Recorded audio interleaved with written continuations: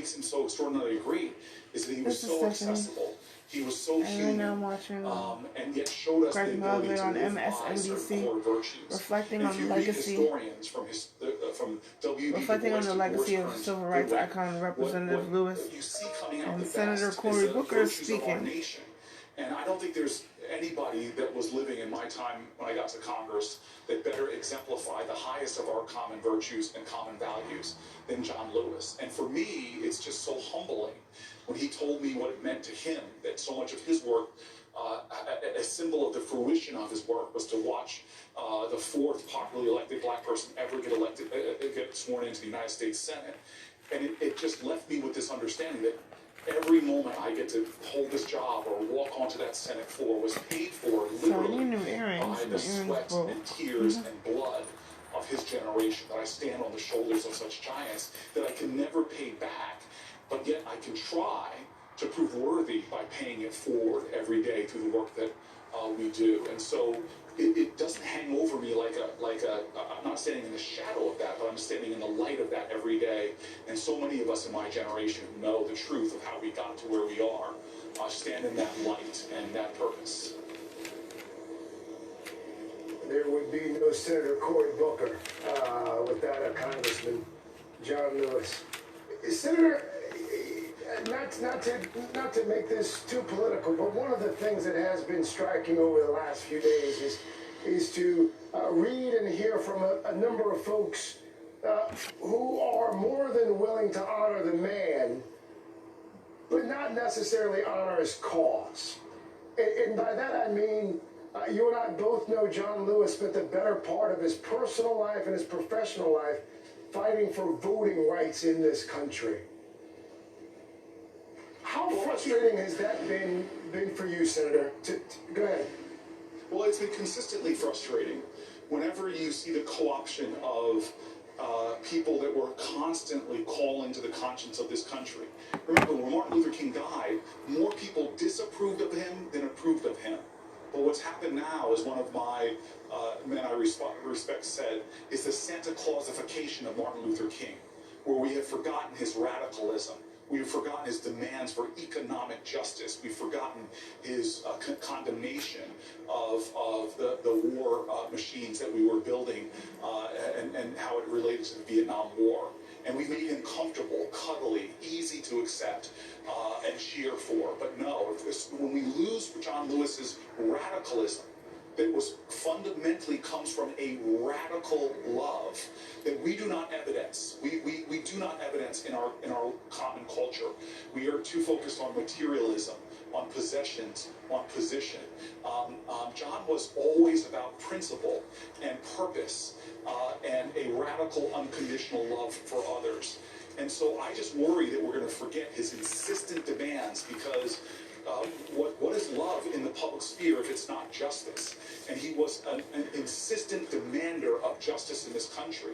And so to co-opt him now, to turn him from a fierce advocate for social justice, economic justice, criminal justice, healthcare justice, but just sort of make him a comfortable, easy acceptance, really denies the urgency of his life, that we now, if we really want to honor his legacy, we must continue that work and that commitment. We must continue that work and that commitment. I agree with Senator Cory Booker. Thank you very much.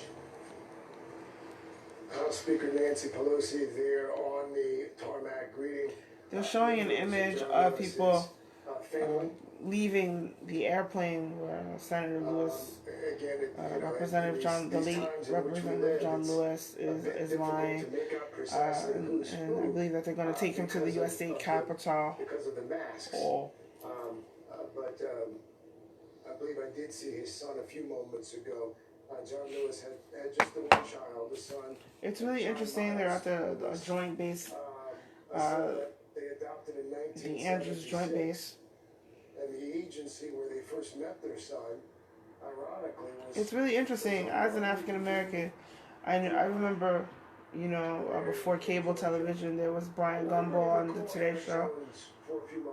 And it's so interesting anyone can discriminate against anyone. There are in fact people of different sexual orientations that discriminate against African Americans, Hispanics, Asians, and of course these people should be prosecuted. You shouldn't discriminate, but discriminating doesn't mean that you should not do a criminal background check against someone and protect yourselves from evil. It's so interesting to talk about when you go to a funeral, an African American funeral. A lot of comedians or comedy in a funeral, an African American. As an African American myself, there's a lot of comedy that people try to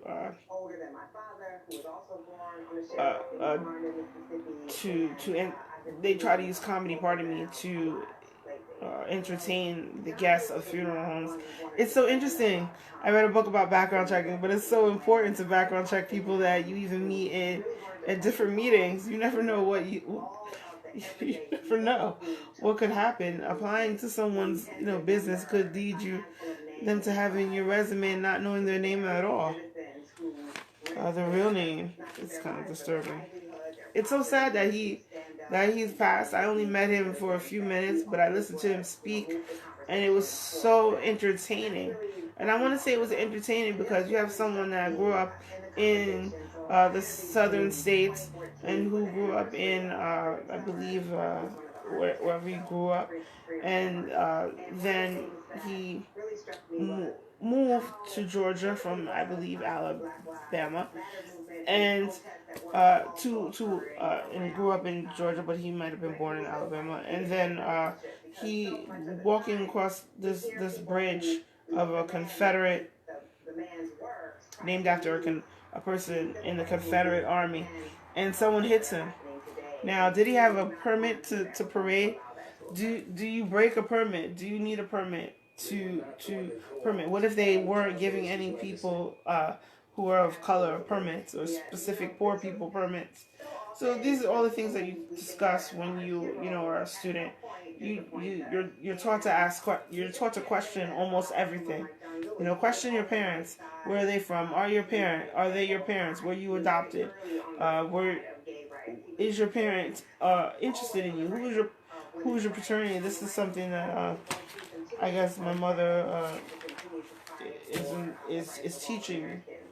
But to get back to the point of Representative John Lewis, I organize books fairs, so I still have so many books that I still need to read.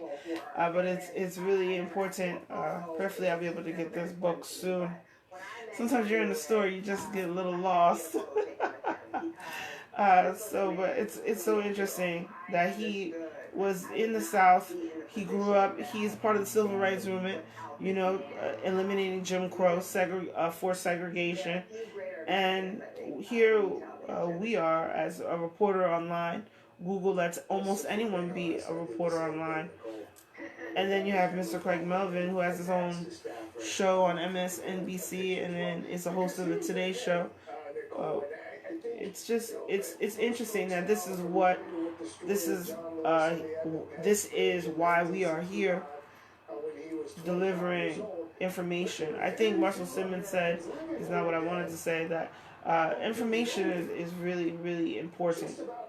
So just to be able to see this live, this funeral, and he has African American and European American and various ethnicities marching, from the Marines, from the Navy, and we always learned at Temple University that it was the Department of Defense that started hiring African Americans, and that helped create wealth in the African American community. The government and the Department of Defense hiring African Americans helped create wealth in the African American community. So it's really important to watch this, to see someone go through civil rights, and I never had to go through any type of racism similar to their type of racism. It's really interesting. to know that he was able to be a congressman after, you know, walking across this bridge in Selma, Alabama. I'm sorry, I have the wrong state. Sometimes I misspeak. Whenever you misspeak, you have to laugh. You know, I'm getting older now. I used to be quick. But remember, oh, Professor, I wonder what he has to say. He's such a good hip hop artist to me. The Professor, he's a poet. He always, if you ever see him speak, he and Cornel West. I listened to Dr. Cornel West's album this weekend, along with the poet Amiri Baraki. I didn't air that, but you can go on my Facebook page on the video section. You can see the videos. So it's really interesting. So now, if you, I want you all to watch MSNBC. Usually I'm watching CNBC right now because I watch Craig Melvin in the morning usually. And you can watch it on your tablet, on your cell phone while you're outside getting sun.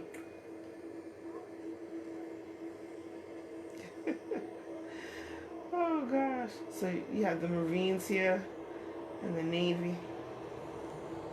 Really interesting. You can download a sample of his book on Amazon Fire.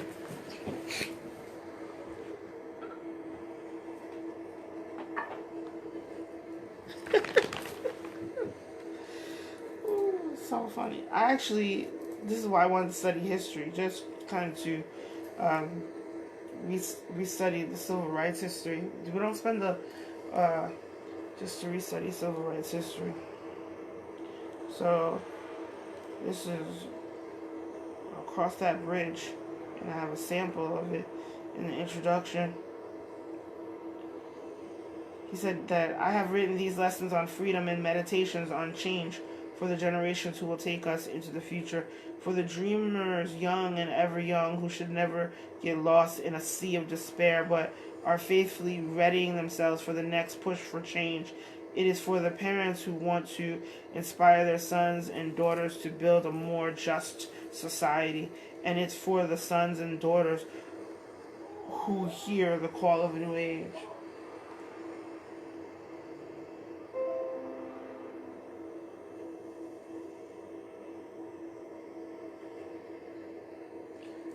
Look at the men in the men in the Navy and the Marines, how they are integrated divisions or platoons. Sometimes I have an accent.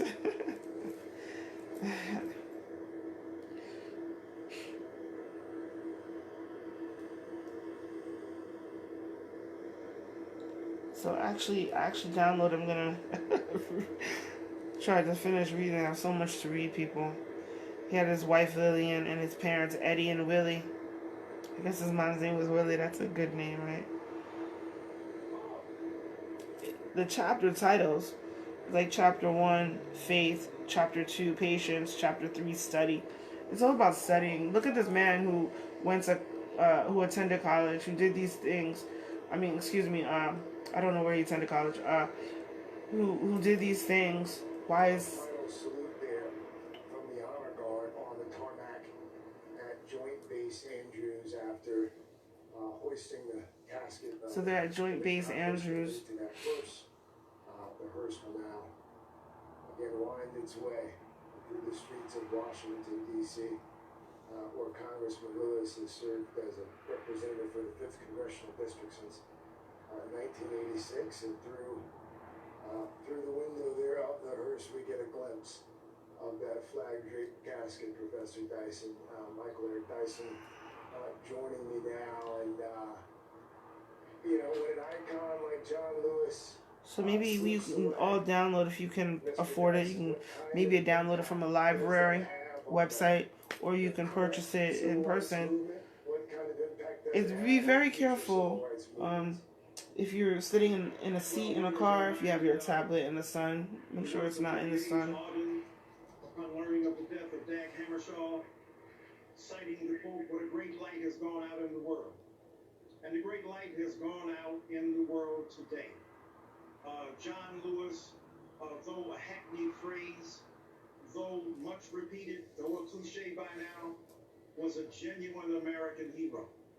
Here was a man willing to give his very life and limb in service of noble principles of democracy that had been vouchsafed by the federal government and the American society, but not reinforced in its practice. Ideally articulated, but not materially produced. John Lewis said, I'm going to close the gap between the ideal of American democracy and its practice. Along with Martin Luther King Jr., Septima Clark, Diane Nash, C.T. Vivian, Rosa Parks, Ella Baker, and a host of others, a great cloud of witnesses who have gathered around the throne of our American democracy. The sacred pursuit of justice was realized by black people who were brought here as enslaved figures.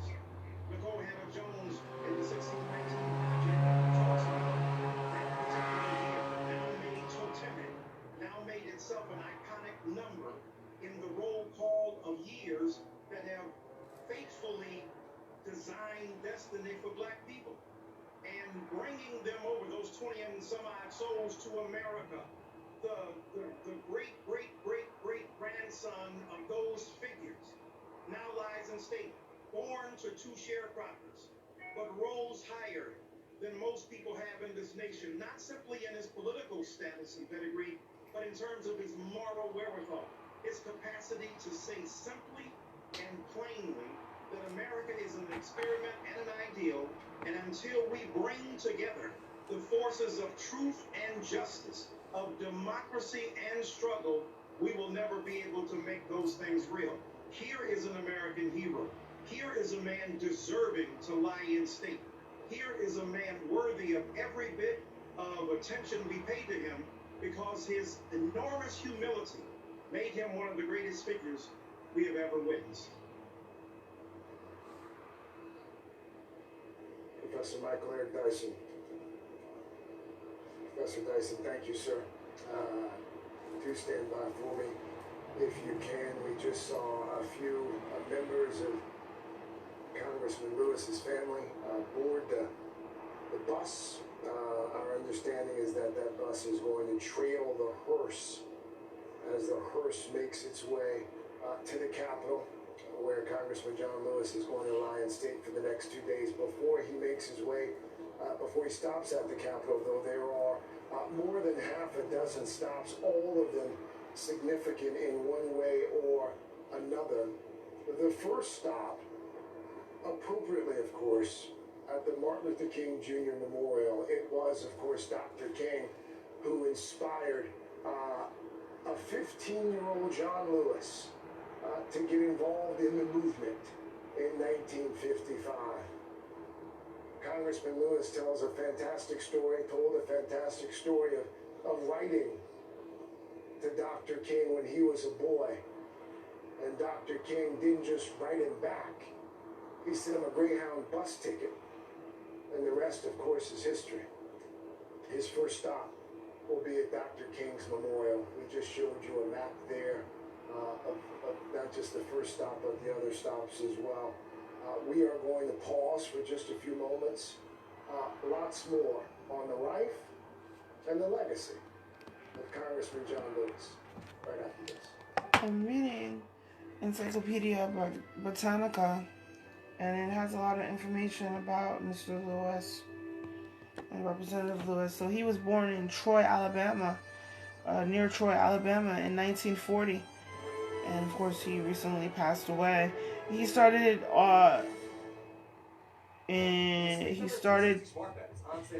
his tenure as a representative in the United States Congress in the House of Representatives in 1986, I believe. And I thought it was a little earlier than that. But Mr. Craig Melvin, he talked about SNCC, the student. Risk of expensive auto repairs that could cost you thousands. CarShield could qualify you for an auto protection. I'm sorry, I just wrote that down. The Student Nonviolent Coordinating Committee. Choose the plan from CarShield that's right for you. He was the son of Alabama sharecroppers.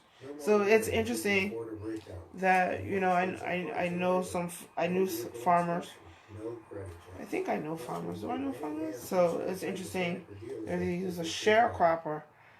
He's the son of a sharecropper, and he is and he served as a House of Representatives representative.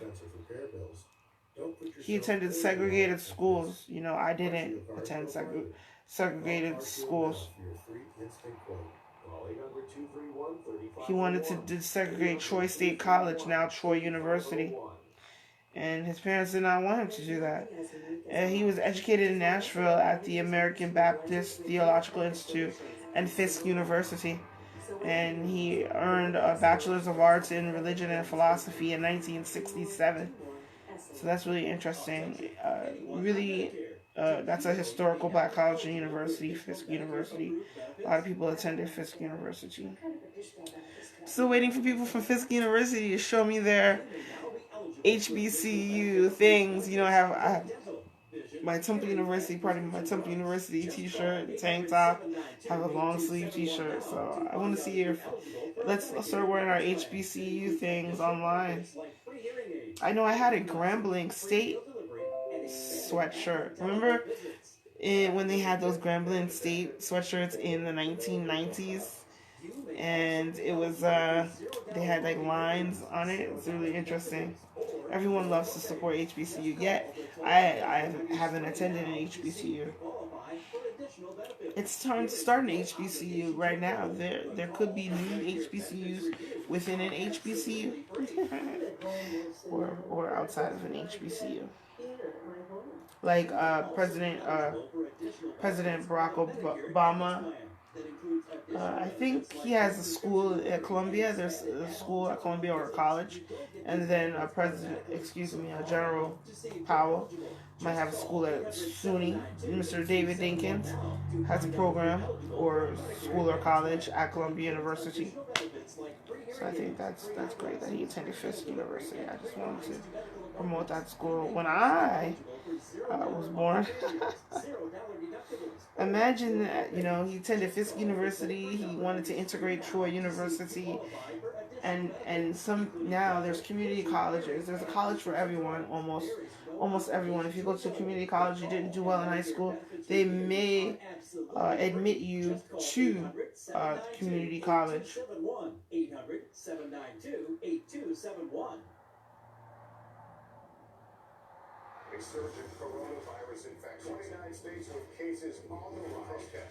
The Student Nonviolent Coordinating Committee on Britannica.com has information about the committee. Stokely Carmichael, 1968. There's a photo of him in 1968. They were politically active and part of the Black Power movement. And he was the chairman from 1966 to 1967. So let's listen to this as well as I have my script here. Governor Andrew Cuomo, he talked about the virus today. Isn't it interesting about integrating hospital staff? It's really important that we need, definitely, there's a need for more African American physicians. And I believe, and I'm going to tell everyone, you know, men or women, you know, you have to wash your hair daily.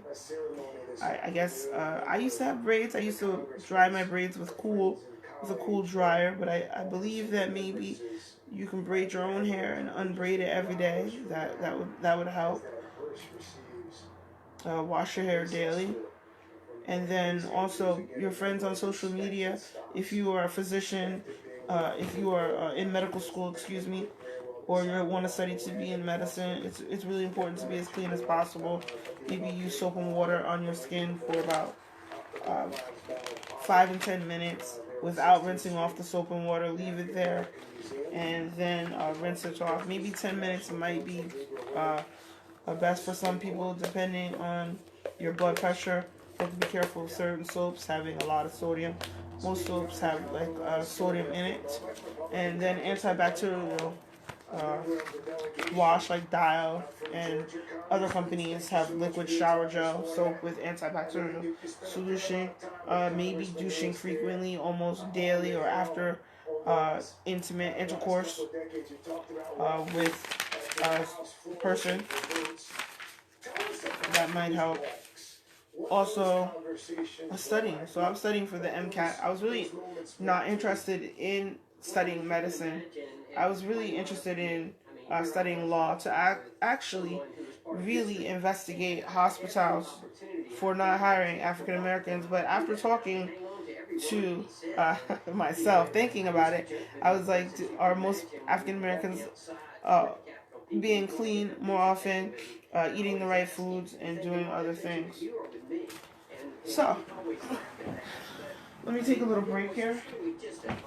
Listen, in our lives, there are people and places we remember, and I will always remember John Lewis, and what a great American, what a giant among man.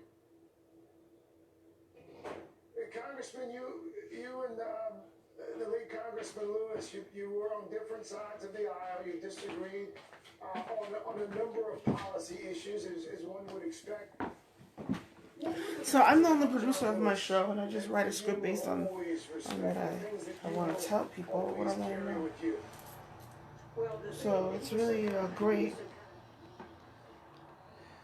that he's talking to Representative Buddy Carter from Georgia. A member like John Lewis leading our delegation, and what a great opportunity it was for all of us to be there. I remember one time in particular that he invited us all to his home for dinner here in Washington, D.C. One of the most special experiences that I've ever had up here in Washington, no question about it. Just to listen to him tell the stories that he told about preaching to the chickens when he was growing up in Alabama. He's talking about chickens, Representative Buddy Carter. He's talking about chickens. Great memories. What an honor for me to have. So I'm Stephanie, and I love reading books. Michael Jordan Steakhouses are in the state of Illinois, Connecticut, and Washington. And the steakhouse in Illinois is not in a casino. My website is intelligentluxurymagazine.com. There are links to Mr. Michael Jordan's restaurant's websites and links to Mr. Bob Johnson's Mercedes-Benz automobile dealership in Alabama. Michael Jordan owns a golf course named Grove 23. It's invitation-only membership. U.S. Food Chef Store on 3304 Eastway Drive in Charlotte, North Carolina. Could be open right now, and it's really only for people to purchase if they own a restaurant, so that's good. You have the Boeing store, has a lot of airplane models if you're looking for gifts for men this year, and all that other stuff, gifts, birthday gifts for men, anniversary gifts, airplane models, Boeing hats, t-shirts. Really interesting. Encyclopedia Britannica said, born on this day, Mr. Jordan Spieth and Alex Rodriguez. So Alex Rodriguez is the American baseball player, and Jordan Spieth, or Spieth, I say Spieth, is the golfer. So we love watching golf. Did y'all watch the PGA this weekend? That's good. The president is going to arrive today at the Bioprocess Innovation Center at Fujifilm Diosynth Biotechnologies. So this is really the hearse is carrying Mr. John Lewis casket to the Dr. Martin Luther King Center in Washington, D.C., and then we'll tour the U.S. Capitol. It's going to drive by the White House, I believe. He just had the map on. So if y'all in Washington, D.C., honor someone that helped us integrate the world, helped us integrate the earth and the United States of America. I know I probably wouldn't be living in this community wherever I live, or I wouldn't have lived where I was from in Rockland County in a predominantly European American neighborhood without people like Representative John Lewis talking about segregation and getting rid of segregation, eliminating segregation. So let's talk about Bioprocess Innovation Center at Fujifilm Diosynth Biotechnologies. The president is going to travel there today. The vice president tonight will be visiting Representative John Lewis's casket with the second lady, Pence. So thank you, Vice President Pence and President Donald Trump for that information. So I'm a lifestyle reporter reporting about the lifestyle of the White House. A lot of the policies are important to our lifestyle. So, the White House has to deal with a lot of crime statistics, war statistics, but we also have people who, talk about other things. So let me talk about Mayor de Blasio. Mayor de Blasio spoke today at his press conference, and he talked about Shirley Chisholm. Shirley Chisholm, one of the first African Americans and one of the first Caribbean Americans, said Representative, I want to call her D. It sounds like de Blasio almost. Desha. It's almost like Desha, but I mispronounce her name. So she is a U.S. Let's look this up. She's a New York State representative, I believe. From that covers Brooklyn and Little Haiti, she said. So she's discussed Shirley Chisholm and that. So I'm not a political reporter, but I'm covering the lifestyle. And the lifestyle is all about the recreation center that's going to break ground, named after Mrs. Shirley Chisholm. So a very beautiful woman, very smart, intelligent woman. And there should be like a map. District, let's see. So she's in Brooklyn. Brooklyn is a wonderful place. Have you ever been to Brooklyn? Brooklyn is wonderful. So I had to get her correct, the correct spelling of her name. It's Radenice Bashat. Bashat. I said de Blasio. It sounded like Desha. It sounded like Desha to me, so it's Bashat with a B, and she represents the people of Flatbush, large Caribbean citizen population in Brooklyn, and also what she calls Little Haiti. I wonder if she knows of any Haitian food restaurants. So my mother and I, we love Caribbean food, the unsweet plantains. My mom likes the sweet. I like the unsweet, I think. I don't know. I won't tell you what my mom likes, but I like I like Haitian food and Jamaican food. I eat a lot of Haitian food. More Haitian food than Jamaican food, actually. But we love Golden Cross here. Yeah, we love Golden Cross Bakery and Grill. Jerk chicken wings. That's a great meal. Jerk chicken wings with a little, let's say, a cabbage patty, a cabbage vegetable patty, or some cabbage with rice and beans. Great to have. So thank you, Mrs. Representative Bishat. We're talking about this center. This recreational center is going to have a fitness center, and they discuss there's going to be a business center within the center. So that would be great. Anyone that needs a business center in the community center in Brooklyn can use that. So we'll be happy for that to open in Brooklyn. And I remember visiting a few community centers around the United States. It's really great to volunteer for a community center if you want to volunteer as an adult. And then also it's good to promote your business and sponsor different programs at different community centers throughout the United States or the world. So it's a great advertisement for your business. Yeah, it's also a lot of fun to meet the people that use the community center. A lot of people use the community center for fitness, for business, for studying, for school, and for just to go to programs to have fun, art programs, and other types of programs. Now they're driving near Washington, D.C. Looks nice down there in Washington, D.C. If you ever drive to Washington, D.C., it's such a nice drive. The Fujifilm Biosynth. Biology is a great major to major in as a graduate student. And it's just a great major. And cell culture and development, using and biopharmaceutical industry is important. Microbial fermentation, gene therapy. So it's really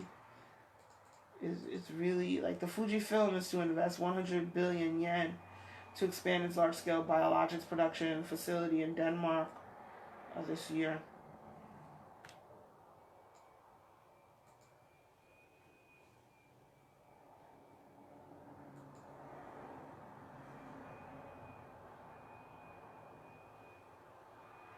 The Therapeutics Accelerator is an initiative launched by the Bill and Melinda Gates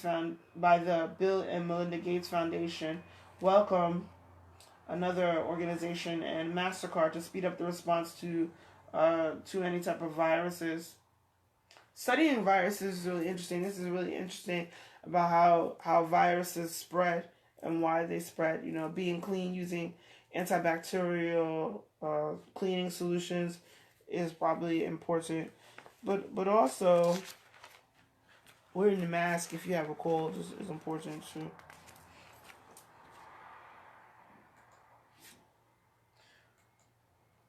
I am reading my script. So please visit the metmuseum.org for more information.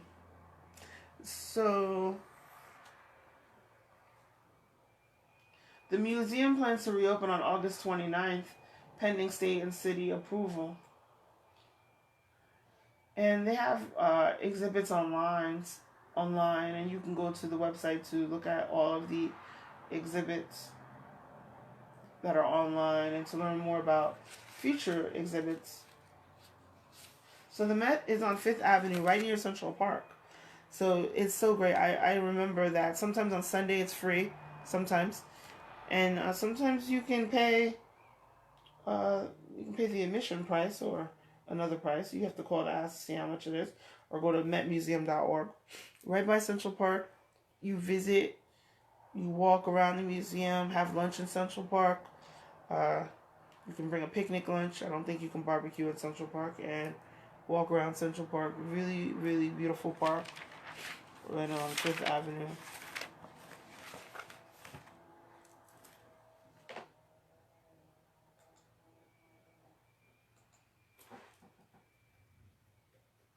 Today I'm wearing a dress. So this dress is from Walmart, and my camisole from Walmart. Nice straps here.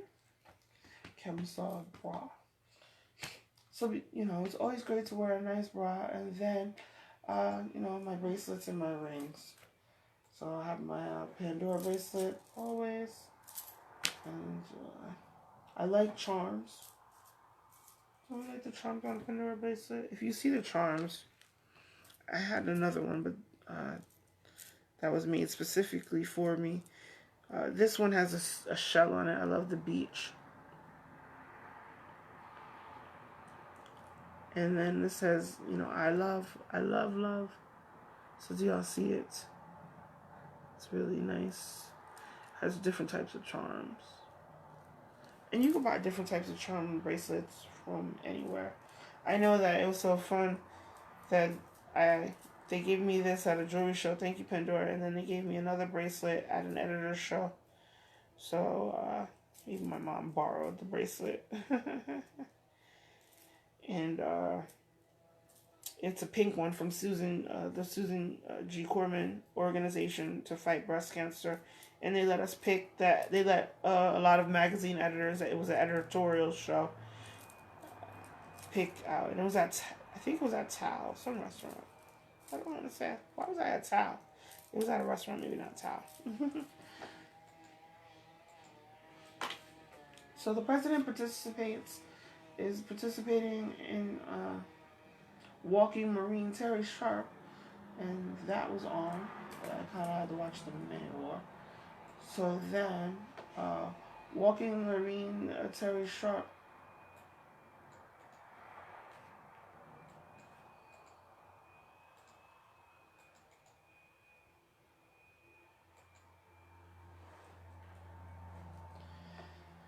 Whew.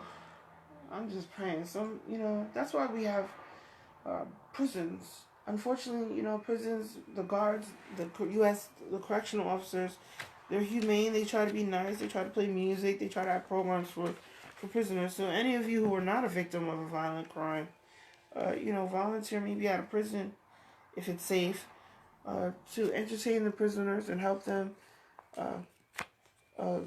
keep busy while they're incarcerated, because maybe they have some type of illness where they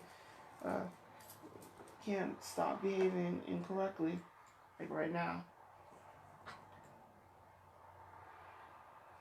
The Walking Marine is walking the walk for fellow veterans, and it's walkingmarine.com, and you can go to that website. On my website today, I read an email from Vogue Business. And so just like with the Today Show or the New York Times, all the people in the media, we conduct research and then we share the information with you. So we often share information that from other media. A lot of times people, like right now, people are speaking, a lot of New York Times reporters are on different news shows, and magazine reporters on the Today Show and on other morning shows.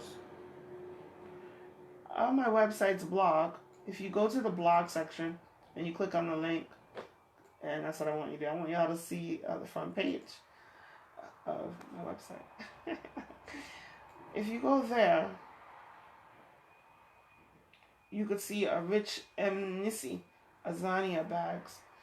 Beautiful bags. And Vogue Business had a conference about African American designers. And I read that this morning on VogueBusiness.com, similar to WWD, Women's Wear Daily. It's a trade magazine.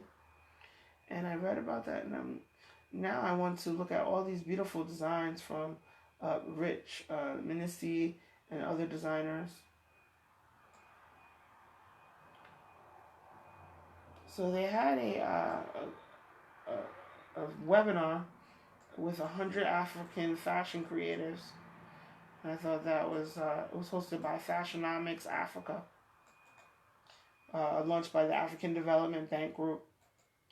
It's so great that yesterday, I know a lot of magazines have yet to be on newsstands, yet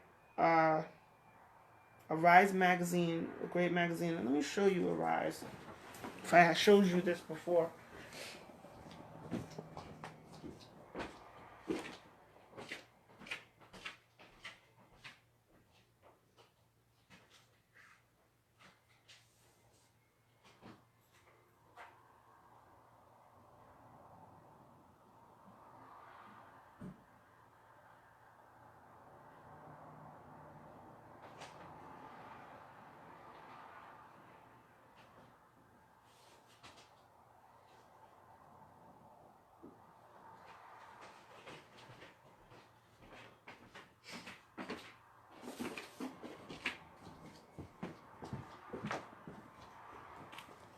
Let me show you Arise. I think this magazine is so good. This magazine is so good. So it is so great to be a magazine editor. Can you believe it? And I purchased this. I don't know if they still print it. I pray they continues printing, because I purchased it. I know other people probably purchased it. It's about $10. It's a little expensive, but it's so worth it. So this is Arise magazine. It's an old publication. Sometimes you can get it in New York City, near the Port Authority, at Hudson News and Barnes & Nobles. I know the Barnes & Nobles in Nanuet used to carry this publication.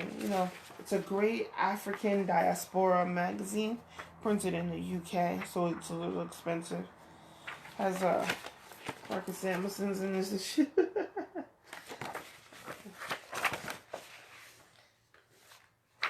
And I'll show you why I think it has different African and British and South African apparel and accessory companies.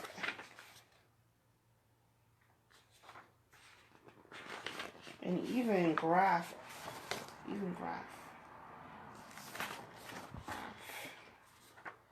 Graf is a great store right there on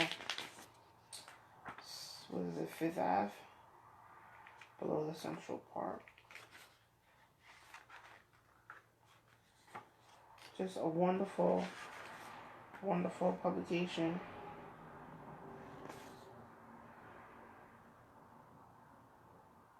This outfit, this jacket with brown leather collar. It's about 900 pounds when it was printed. It's Ankara and Jupere. Do you see that? So I really like fashion. And you see like what's this? David Talal. These are all things on the rise. And he wrote about Africa.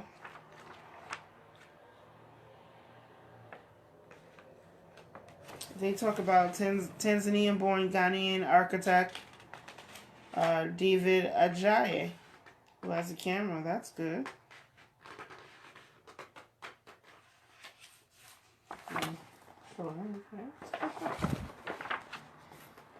And they talk about Lena Horne, so that's interesting.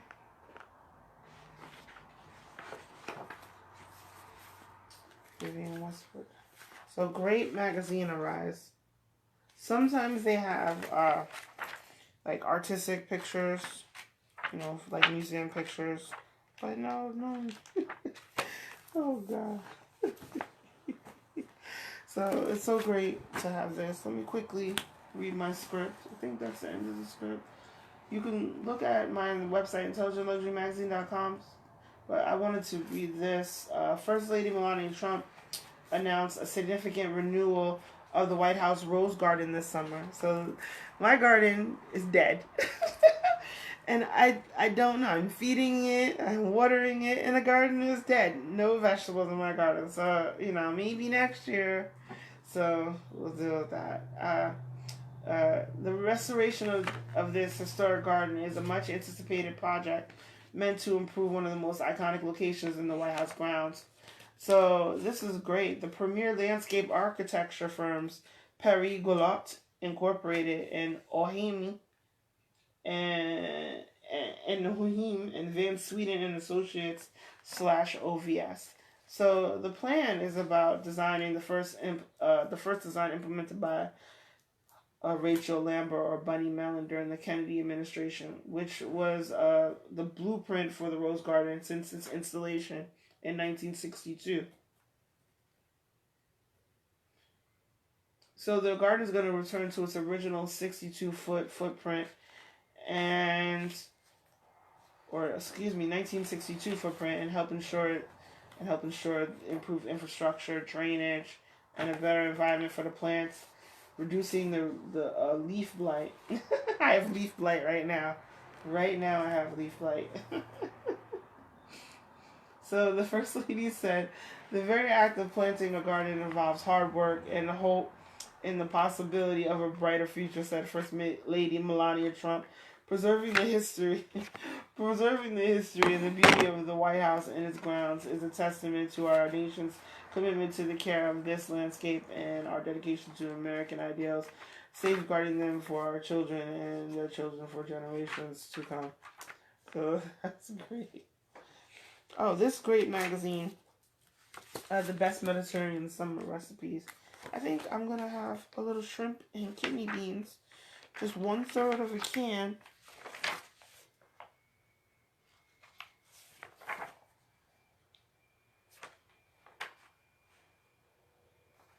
I'm going to try to add ginger, fast ginger, a little bit of garlic powder, no olive oil. I'm just going to cook it, and then a little bit of pepper.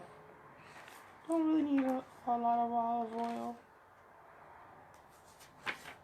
They have great recipes in here. Clams steamed in white wine. I like to use the wine with the shrimp to make shrimp recipes. So this magazine is great, man. Then this was from Whole Foods. That was from Whole Foods. Adirondack. Isn't this a great bag? It's a fish. And I wondered if you can convert this into, you know, purse, fish bag without fish.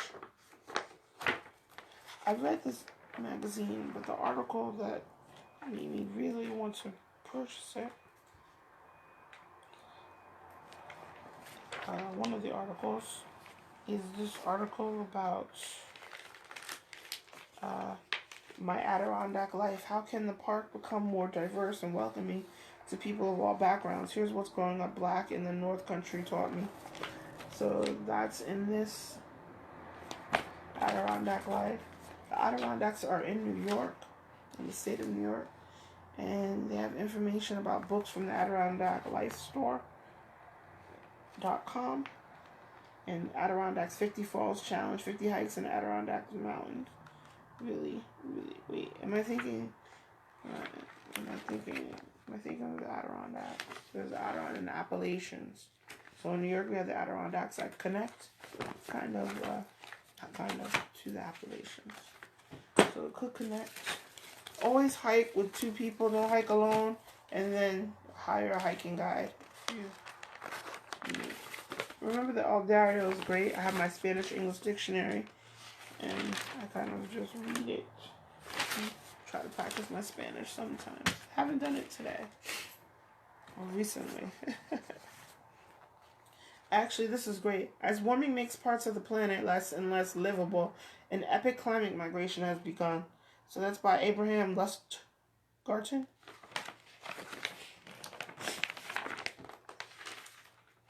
And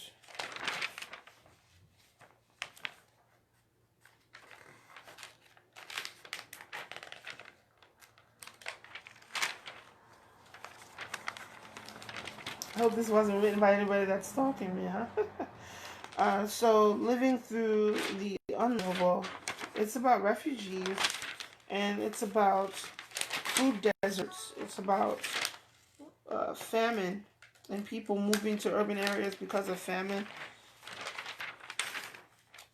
And it's really, really interesting. The New York Times Magazine and ProPublica joined with the Pulitzer Center in an effort to model for the first time how people will move across borders. And this is what the article is about in the New York Times Magazine. So this was in the New York Times this weekend.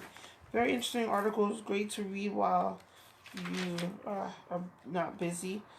They talk about South Asia, they talk about Latin America and Africa, and about famine, and about people needing to move to urban areas and to the coast in order to get food or jobs. Very, very well written article.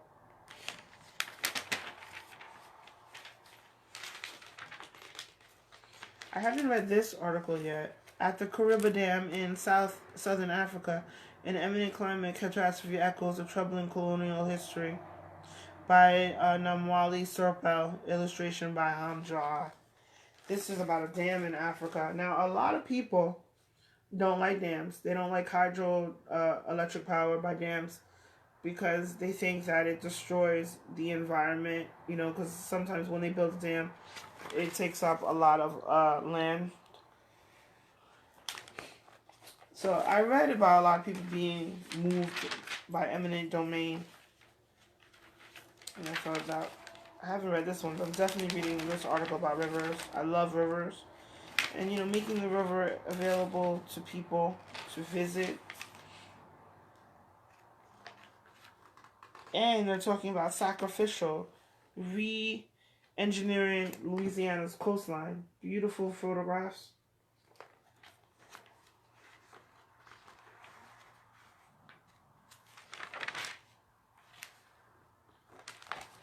Remember, I actually kind of work for the New York Times and working on, I think Google shows their ads now, or not.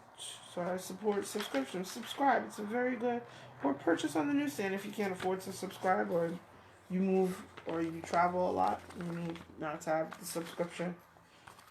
And you can use vacation option if you go on vacation to stop delivery. Also subscribe to the Wall Street Journal. Great publications. The book review. The Thrill Ride.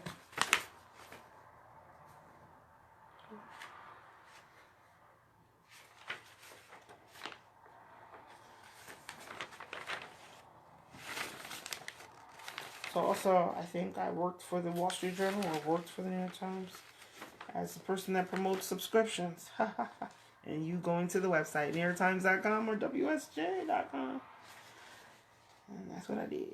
Isn't that great, Mama?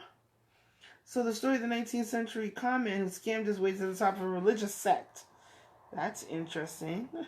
You're interested in theological crimes. Isn't this great? Ah, look at this. Northern Exposure, Your Guide to Nordic Noir by Tina Jordan and Marilyn Stasio. This is great. What is Scandinavian Noir? Thrillers. That's what they wrote. Thrillers. And a belief that political issues are the bedrock to modern crime fiction. If you like crime fiction, oh, they have books from Iceland, Finland. That's interesting. Norway.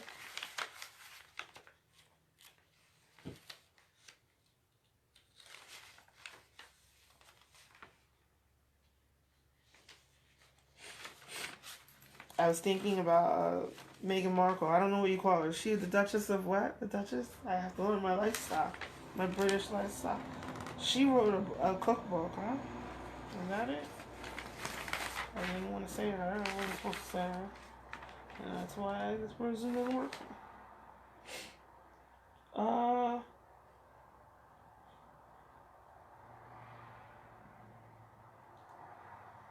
The Guest List by Lucy Foley. I don't know about that one. Let's talk about Communal Winds by John Grisham.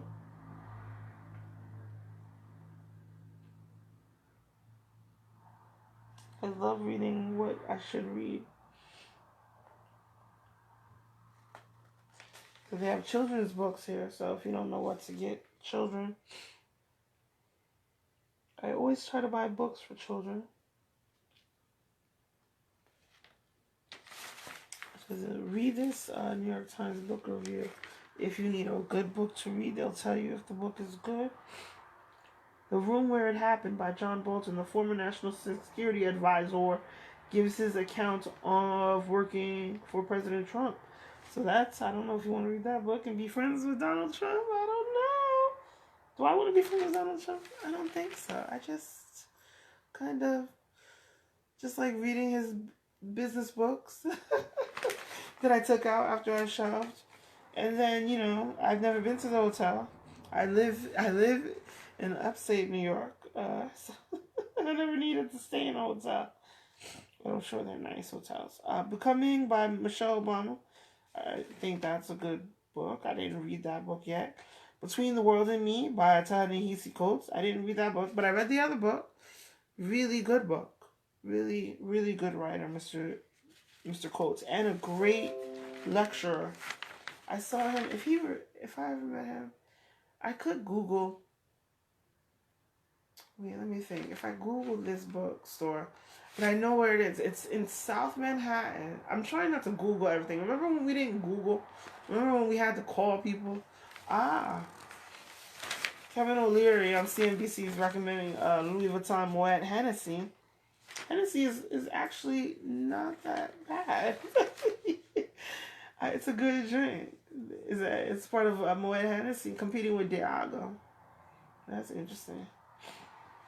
So that's this is really interesting.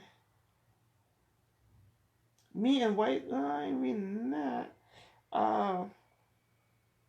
What do I have time to read? I have to read all these books for the Intelligent Luxury, Culinary, Sociology, Culinary, Literary, and Sociology trade show. So I have to save. I have to read 200 books. Can I read 200 books for a book fair?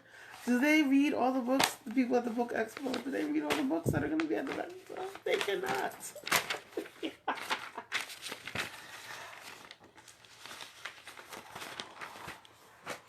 200 books would take me 200 days if I had nothing to do in a day. You can read a good 300-page book in a day, if you can. So let's talk about what I think I should. This book, and I think I've read what I was supposed to read. Thank you, First Lady Melania, for that quote. That was great. I bet she has people gardening for her and everything like that. Oh, I did need to read. Winsight Exhibitions announced that the 2021 National Restaurant Association show will debut a reimagined area dedicated to the latest adult beverage trends, education, and demo. So adult beverages are alcoholic or beverages with alcohol, and alcoholic beverages are not alcoholics. They're just beverages. So that's going to be at the National Restaurant Association show. Will be in May in 2020 in Chicago. I can't wait to go to Chicago. Can I meet some cops that say Chicago, like have accents like Chicago? I want to meet accent cops in Chicago. Chicago accent cop. Oh, so this is a book that I purchased from a store called Pickwick. Pickwick. I want to acknowledge him because he was my hometown bookstore. And I always purchased Adventures in the Babysitter's Club, not Adventures in Babysitter. That was a good movie, right? Babysitter's Club and wasn't that a great movie, Soul Man? Remember those movies? There was Soul Man with C. Thomas Howell. He was in The Outsiders, which was a book, and then you have and then you have that movie, Adventures in Babysitting. That was a funny movie when they ran away with the babysitter to pick up the friend. Hasn't everybody seen the video? Anyone watching should have seen it. Let's talk about this Charles Dickens Pickwick Papers. So, Pickwick Papers, Charles Dickens. So it says Charles Dickens was born in February 1812. So I wonder if he had slaves. Let's not sue people who weren't the slave owners unless they still have the money from the slaves. I don't know, you know? Let's talk about it. Let's talk about how much you need. If you don't need the money, don't sue. But if you need the money, maybe you can sue. I don't know. Is that what we're doing now? Talking about Qualcomm? Do y'all use the Qualcomm telephones in your office? A lot of African Americans in diversity on this show. Though we love diners, we love them. We love diners. Diners, how to run a diner. How to price items to keep your diner open. How many seats do you need in your restaurant? Things all I want to investigate at the National Restaurant Show. Maybe Michael Jordan can tell me. So he was born in 1812 in Landport, Portia, England. So maybe you could travel there, go Britain, get some jewelry. Always get British jewelry. British jewelry is beautiful. Hello, everyone from the British jewelry industry that I met in America. I can't wait to see y'all in Britain, and I want to stand next to the guards. You know, the guards that stand in front of the palace. Let's read this. It says advertisement from Athenaeum, March 26, 1836. On the 31st of March will be published to be continued monthly price 1 shilling, the first number of the posthumous papers of the Pickwick Club.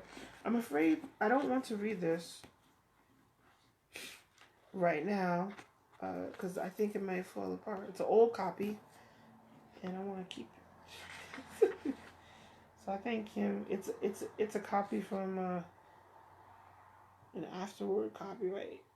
It's really old. 1960 something. So I'm gonna keep it in plastic. I keep it in plastic and I don't want to read it because it'll fall apart. But let's talk about reading, since I love to read and it's so much fun. It's so great. More African American, another African American lady, besides Bertha, on CNBC. So this weekend, this book, Anne of Green Gables, and this is a Puffin classic.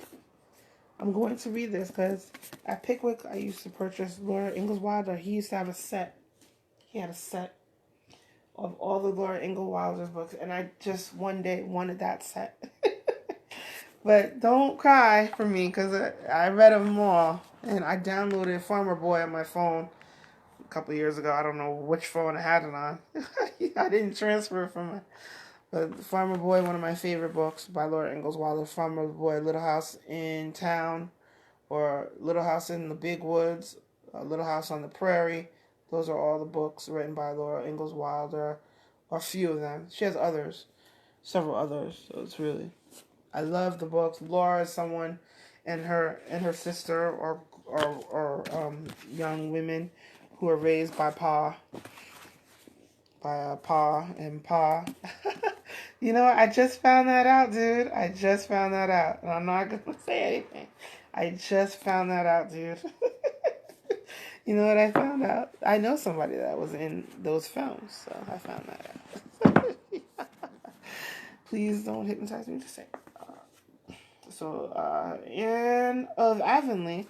I don't know if this is the second book. Is this the last book, Anne of Avonlea, of the Anne of Green Gables? So Laura Ingalls Wilder, she grew up on a farm, and I'm going to read this. So this book, I can just hope it doesn't fall apart on me. Write my name in it. Don't you always write your name in the book?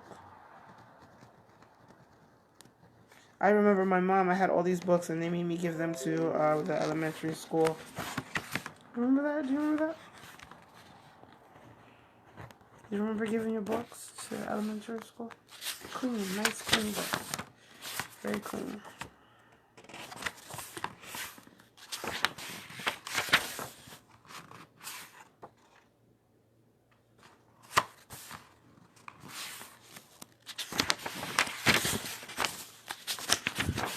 No lawsuit. Told you it was a joke.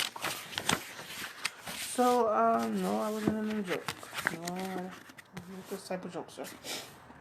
Mrs. Rachel Lynde lived just where Avonlea Main Road dipped down into a little hollow fringed with alders and ladies' eardrops, and traversed by a brook that had its source away back in the woods of the old Cuthbert place. It was reputed to be an intricate, headlong brook in its earlier course through those woods, with dark secrets of pool and cascade. But by the time it reached Lynde's Hollow, it was a quiet, well-conducted little stream, for not even a brook could run past Mrs. Rachel Lynde's door without due regard for decency and decorum. It probably was conscious that Mrs. Rachel was sitting at her window, keeping a sharp eye on everything that passed from books and children up, and that if she noticed anything odd or out of place, she would never rest until she had ferreted out of the whys and wherefores thereof. So that's great sentence.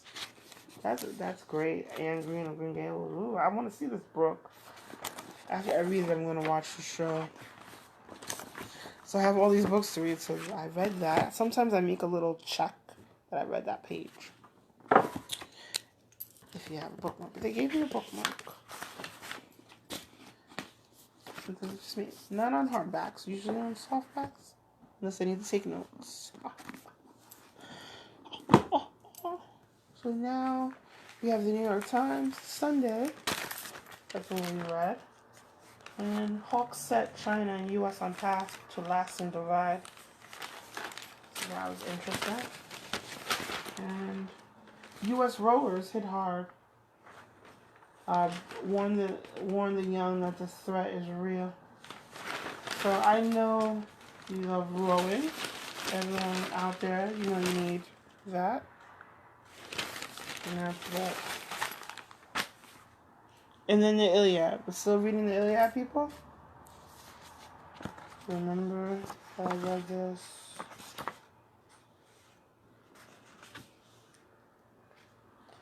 I'll read the translator's preface. It says, Homer makes us hearers, Pope has said, and Virgil leaves us readers. So Virgil is another book. So this is the Iliad. There's Homer, the Iliad, and Virgil.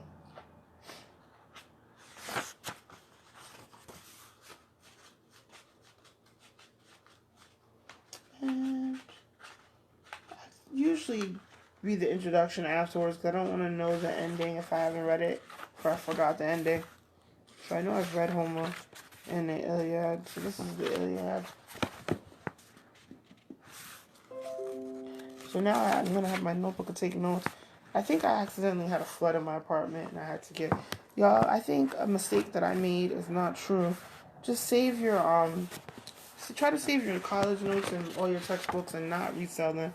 I know I love the reseller guy at Temple University. I love him. He's such a nice guy.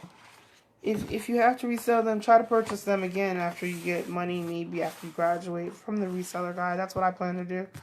Just go on down there when I get a card and repurchase my books from the reseller guy. That reseller guy helps people be able to afford textbooks for college, where you resell them and then you purchase your new textbooks from him or used.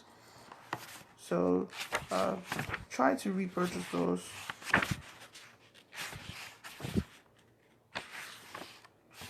Well, if you get them from the reseller guy prior and don't resell them, you still keeping him in business. Or buy two. Buy one for someone that can't afford a book if you can.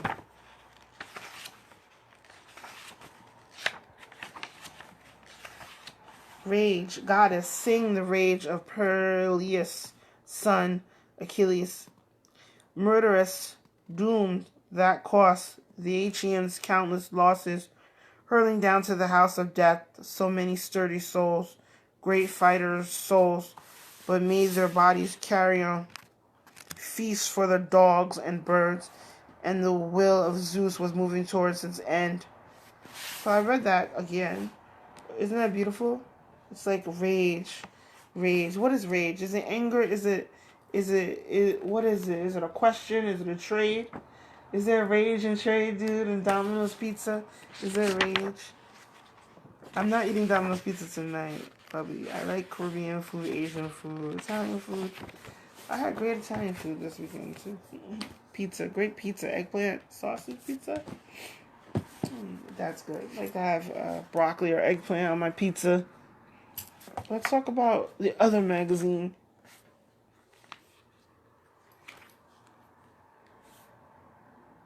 Just because someone doesn't have security doesn't mean it gives you permission to rape or rob them. St. Lawrence. This is Simone Biles on the cover of Vogue. So now the September issue is going to be out soon.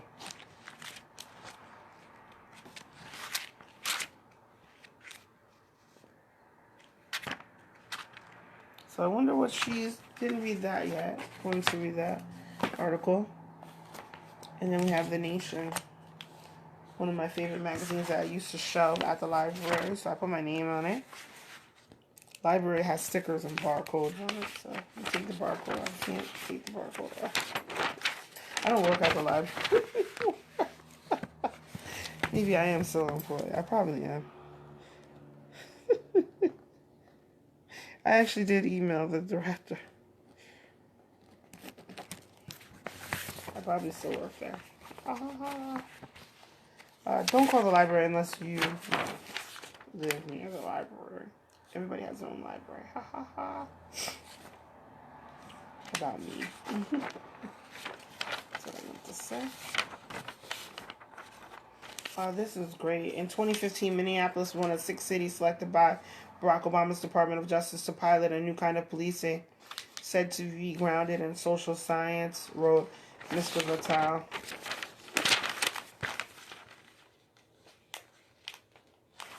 I want to read. I love reading this magazine. Like they have a column here. A garment worker sits with her daughter in Ashulia, Bangladesh. That's going to be an interesting article. It's going to be how to defund the police a reality. I need police. I need the police to be funded to protect me from rapists and robbers.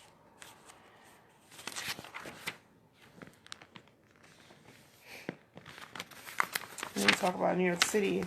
I saw it. This is interesting. One of my classmates in high school worked at The Nation. I like reading the books in the art section. So do you see that? Books and art section. I am a member of the press. Are you present? Me. All those time studying, huh? My classmate, we studied. We're taking tests in class and stuff. and then we end up working for the nation. So gotta go. Remember, visit Wyoming and Mississippi. Adios. Oh, I didn't show one. I have a couple more to show. I don't think I have any more time about the car. W Magazine, great fashion magazine. And I'm going to read all this today. And Nyack in black and white. I probably won't finish everything, but I'll read as much. But you know what I really loved about Nyack in black and white by Carl Nordstrom? I wonder if he's part of the Nordstrom company. Is that why this is a great book?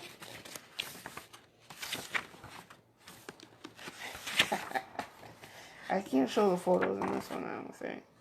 Don't sue me just because my father is Michael Jordan. Don't sue. I'm trying to promote these books that I said I would promote, right? Remember when I said I would promote them? I'm working. So, chapter 1. And it says, on a hot summer's evening in July 1967, a group of youths ran a riot in Nyack, New York. The next day, it was reported that they had broken windows and thrown bottles throughout the downtown section of the village. Our tale begins with the incident. Maybe the president will talk about the original name of this book. So I was a technician in the book, and I showed my mom, and that I was a technical work done by me. We worked really hard on this book. So many people were excited. We really worked really hard on this book.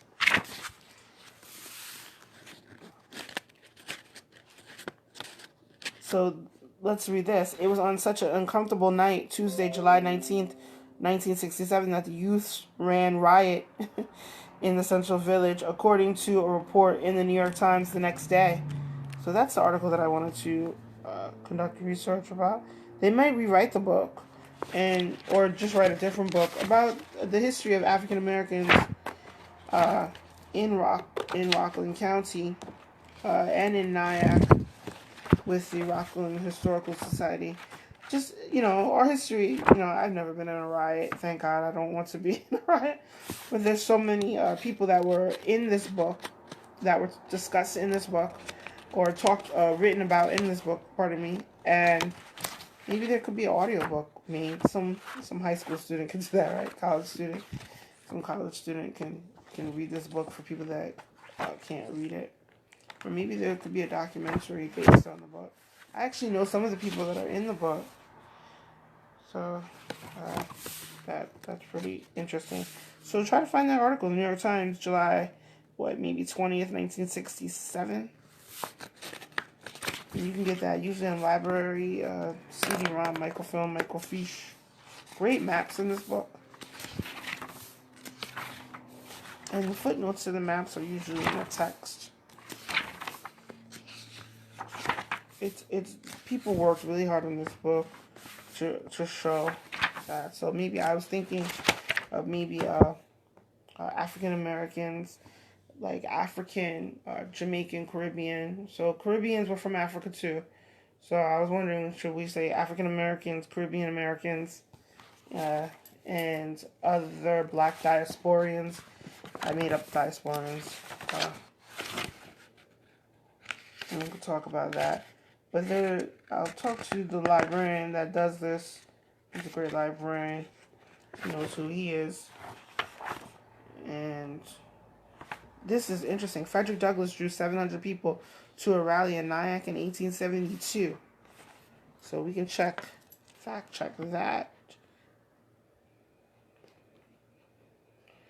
It was so funny that Mr. Nordstrom, he was older and he had all these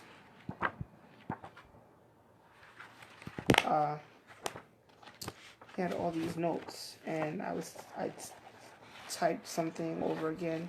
They were kind of helping me read the book and type it over. But Mr. Nordstrom, he was a professor emeritus of economics at Brooklyn College. CUNY is free. I believe CUNY was free at one time. And he was born in Brooklyn, grew up in Connecticut, and graduated from Antioch College in 1946. And he had a master's degree from Columbia and a PhD from the New School, both in economics. Oh. He's also the author of Frontier Elements in a Hudson River Village. I still want to read these more books about the Hudson River and the villages. That's Very interesting fact. Let me tell you the funny thing about Volunteer for Historical Society. I had this in storage, and it leaked on it. So that's a lawsuit, ain't it?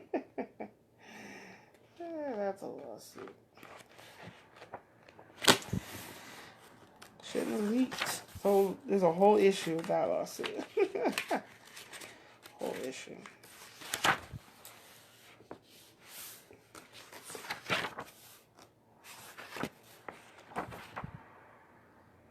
You know, keeping people in their place in the suburbs, it's a really interesting issue. If you're African American, you grow up in a suburb, and where do you live? Do you live in the same suburb? Or don't you need to move? Are most of you able to afford to live in the same suburb where you lived after you graduated from college? Should you move to meet other people? Should you stay? So I know that one of the schools online, I think I talked about it. Maybe it was Northwestern University in Chicago, Illinois. Northeastern is in Boston, Massachusetts. They discuss. They have African American study courses about African American suburban. Let me Google that.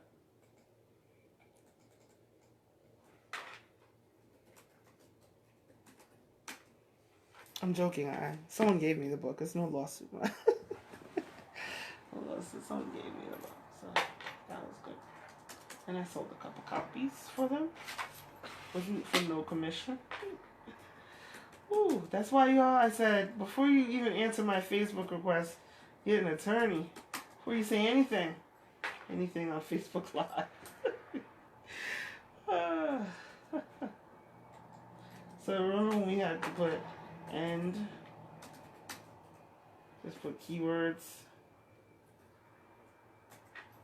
I think this is all my time, but y'all can get into that. Princeton has a class now.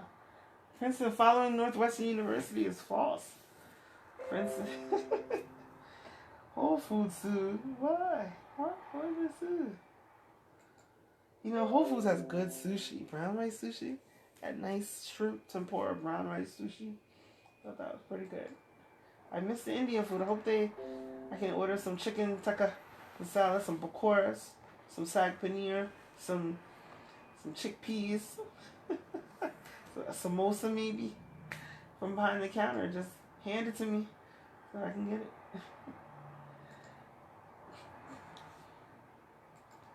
Like I said, I think my grandmother might have been Indian. She might have been Indian descent, maybe Sri Lankan or Maldives or Southern Indian, they have very brown. My skin is about their color. And they're Indian from India. There are those. There are European. So that's at Princeton. The class is called Blackish, and the Black American Middle Class, like the television series. Since 2014, Blackish, the popular ABC sitcom starring Lawrence Fishburne. Mr. Lawrence Fishburne, I met you. Why would he be sick? Since 2014, Blackish and the popular ABC sitcom about a black suburban family has entertained and educated millions of viewers about the complexities of race and racism in American society. The course uses the series as a pedagogical to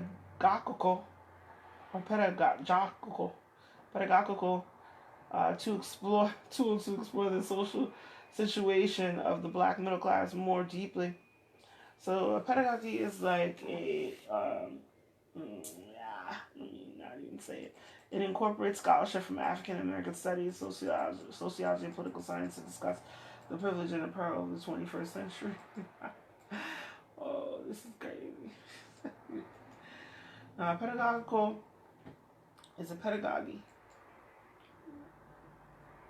So let's re-Google that. Relating to teaching, innovative, pedagogical. Isn't this great? We didn't have this in Do you hear Google's dictionary? Pedagogical. A commonly understood approach to teaching refers to the theory of learning.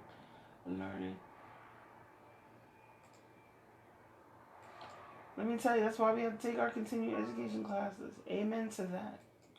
I don't have the best memory, but I have a pretty good memory. But pedagogical. When have I used pedagogical? Hey, mother, this is pedagogical. I just use it. I'm happy. I have to write that word. I like to write the words that I don't use on a piece of paper. They say that might help. And then I carry it around and read it. Oops, I ripped that in. I like these notebooks until it fell apart on me. Because I write. I write a lot. Do I use it too much?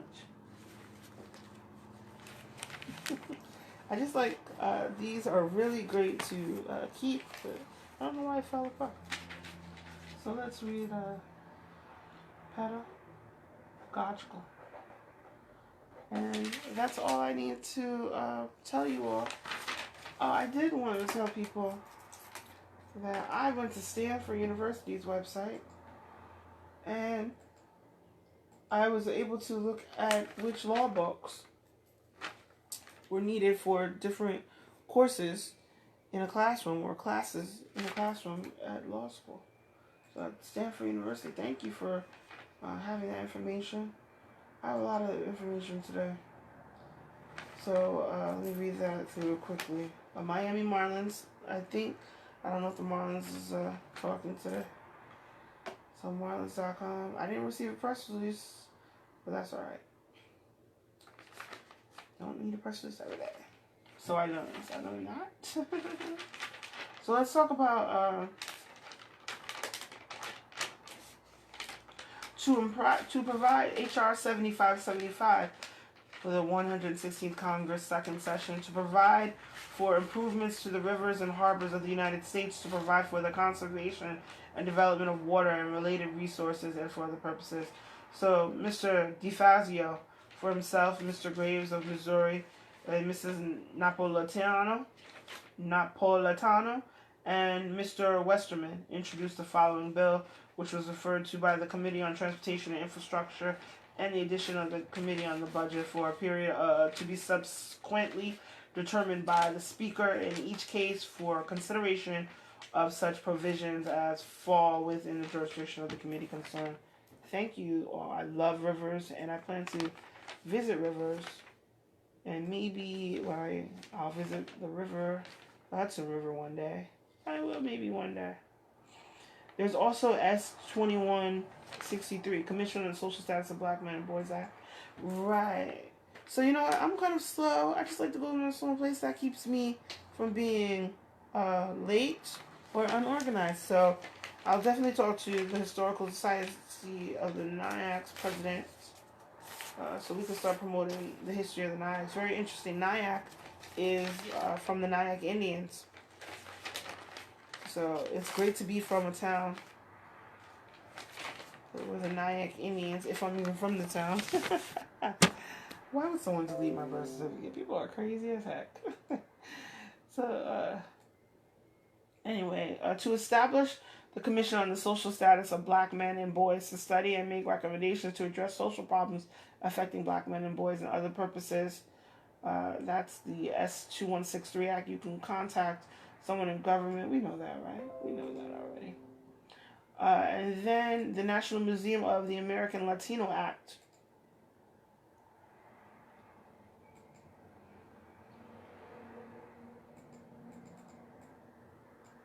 To establish with the Smithsonian, to establish within the Smithsonian Institution the National Museum of the American Latino, and for other purposes. Isn't that going to be interesting? I love museums. I love learning about other people's history. So that's really interesting. And I think that's all I have for today. We have the Miami Marlins. We have those bills that are in the House that either need to be passed. Sometimes they're amending a current bill. And also, what did I want to read? Hines and Waterfront, Toronto break ground on the T3 Bayside alongside federal and provincial ministers and Mayor John Tory. The new project will deliver over 250,000 square feet of contemporary mass timber office space to Toronto's eastern waterfront.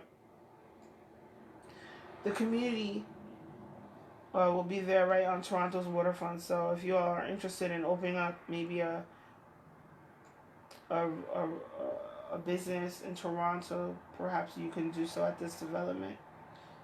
The work we do focuses on building complete communities, added Mr. Zagarak, President and CEO of Waterfront Toronto. We are building a waterfront where everyone can access the water, lush green park spaces to enjoy places for all kinds of families to call home. So that's important.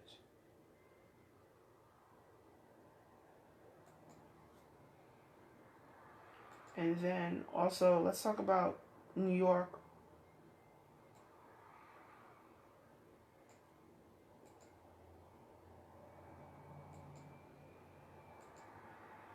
I quickly have to do this.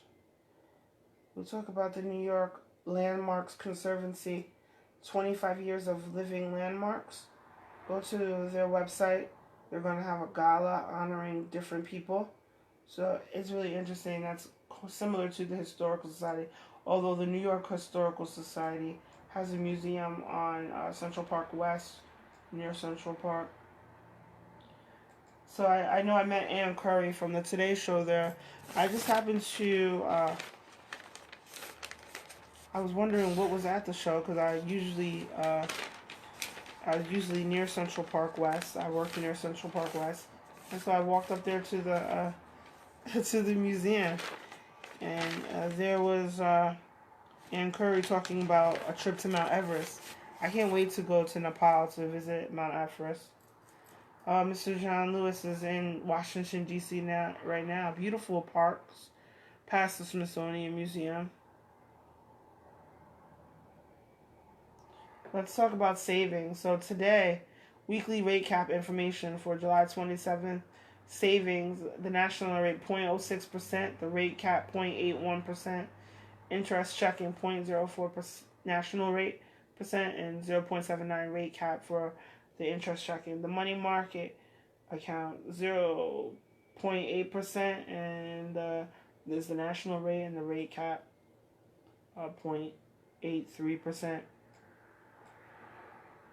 So the rate cap is determined by adding 75 basis points to the national rate to determine conformance with the regulation. Compare rates offered by the institution based on the size and maturity of the deposit to the rate caps. For accounts less than $100,000, use the applicable rate cap under the non-jumbo column, and for accounts $100,000 and over, use the rate caps under the jumbo column. Interpolation should be used for deposits within maturities not listed. The national rates were calculated based on a simple average of rates paid by all insured depository institutions and branches for which data are available. So that's what they say. The rate does change often sometimes. So always check the rates. Go to MLB.com.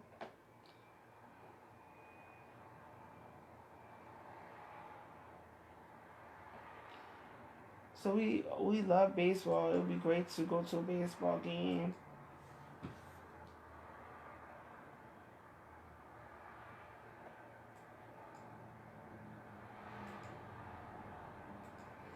It's great to go to a baseball game with men and purchase tickets for the men. I like baseball. And then we have Visa. Life at Visa. Go to Visa.com and learn more about how you can get credit card from Visa, or you can get a credit card from MasterCard. And that's all I have for today. Let me start reading my books and my magazines. Adios.